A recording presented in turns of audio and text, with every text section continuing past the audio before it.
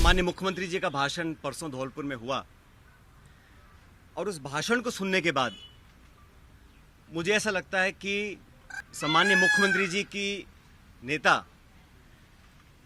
आदरणीय श्रीमती सोनिया गांधी जी नहीं है, बल्कि उनकी नेता वसुंधरा राजे सिंधिया जी हैं। उनकी नेता सोनिया गांधी जी नहीं हैं, बल्कि उनकी नेता वसुंधरा राजे सिंधिया जी हैं।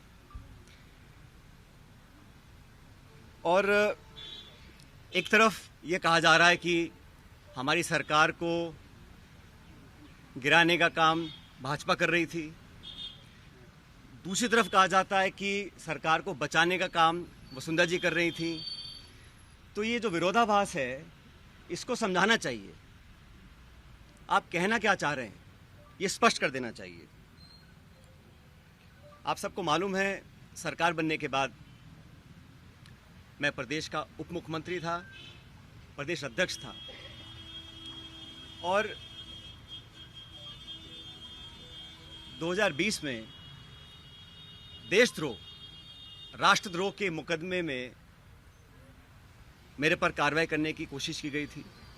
अनेक ऐसे प्रकरण हुए और हम सब लोग, और मैं स्पष्ट करना चाहता हूं कि मैं और हमारे कुछ साथी सरकार में नेतृत्व परिवर्तन चाहते थे। अपनी बात को लेकर हम दिल्ली भी गए और अपनी बातों को रखा।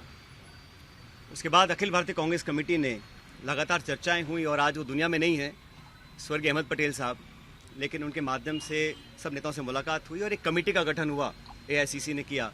उसमें माखन साहब, वेणुगोपाल जी और अहमद पटेल जी सदस्य थे और उस कमेटी का एक काम था। और कमेटी जब गठन हुआ, उस समय हम सबकी बात सुनकर हमारी बातों को एक्सेप्ट किया गया और एक रोड मैप तैयार किया गया। बहुत सारी बातें उसमें थी, मैं उसका उल्लेख नहीं करूँगा, लेकिन कमेटी का गठन हुआ और उसके बाद से हम सब ने, चाहे वो राज्यसभा के चुनाव हो, चाहे विधानसभा में मतदान हो, पार्टी का प्रचार हो, कांग्रेस को मजबूत और ताकतवर बनाने के लिए हम सभी साथियों ने जी जान से कोशिश की और मेहनत की। और 2.5 साल का जो कार्यकाल निकला वो इस बात का प्रतीक है। अनुशासन तोड़ने का काम कभी भी किसी ने नहीं किया। मुझे बहुत कुछ कहा गया, कोरोना, गद्दार, निकम्मा आदि, और जो ये आरोप परसों लगाए गए, ये 2.5 साल से मैं आरोप सुन रहा था। लेकिन हम अपनी पार्टी को और सरकार की छवि को नुकसान नहीं पहुंचाना चाहते थे।